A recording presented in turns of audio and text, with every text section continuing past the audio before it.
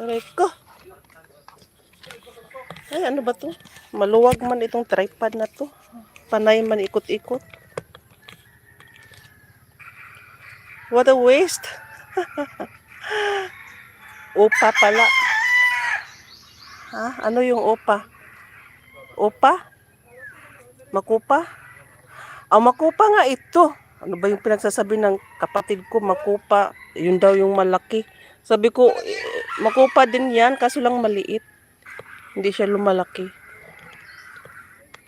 Pero yung taste niya, same lang taste.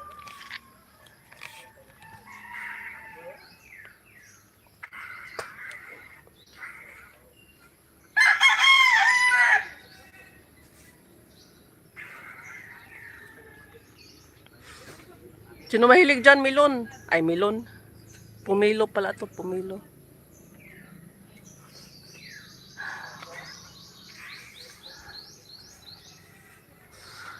Ang daming buko, wala akong mautusan.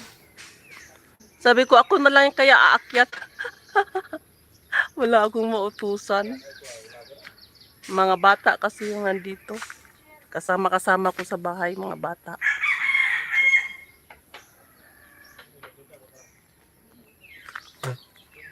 Buko-buko.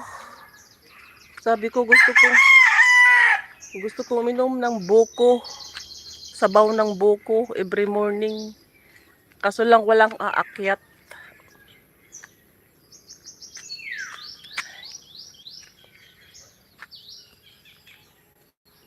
Hanggang saan kaya aabot itong wifi?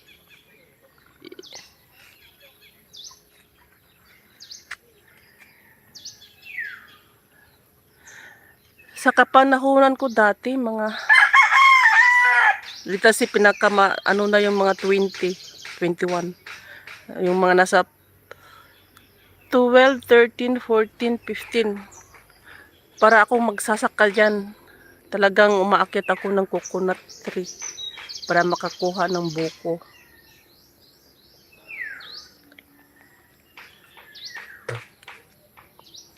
Pero ngayon, hindi na yata kaya ng katawan. Kasi dubli-dubli na yung bigat. Dubli-dubli yung bigat.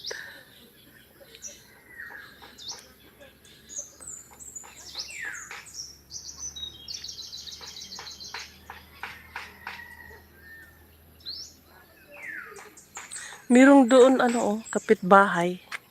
Marikoy. Ayun yung bahay ni Sari-sari. Sari-sari. Sari-sari vlog. Kilala mo yun? Yung si Sari-sari vlog. Yan yung bahay niya. Nanay niya. Yan. Meron silang miracle fruits. Ayan, kitang-kita ko. Ang laki-laki ng bunga. Miracle fruits. Kaso lang hindi naabot yung wifi ko doon. Pupunta sana ako.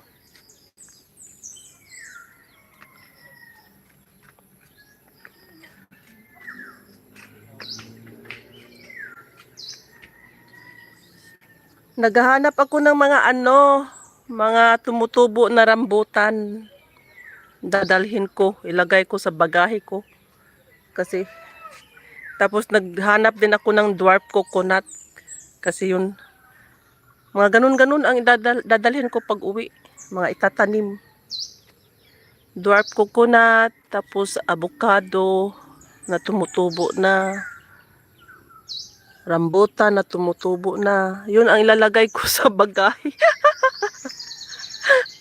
Sabi ko, tapos magdadala pa ako ng saging, saha ng saging. Talagang hindi halata na galing sa kabukiran. Tawang-tawa naman ako.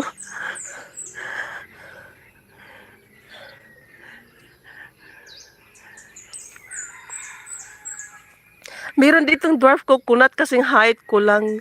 Grabe, kahit siguro 1-year-old na bata, pwede makapitas ng bunga. Halos nasa lupa lang yung bunga. Sa sobrang baba, dwarf coconut. Hindi ako nag-itchil ako.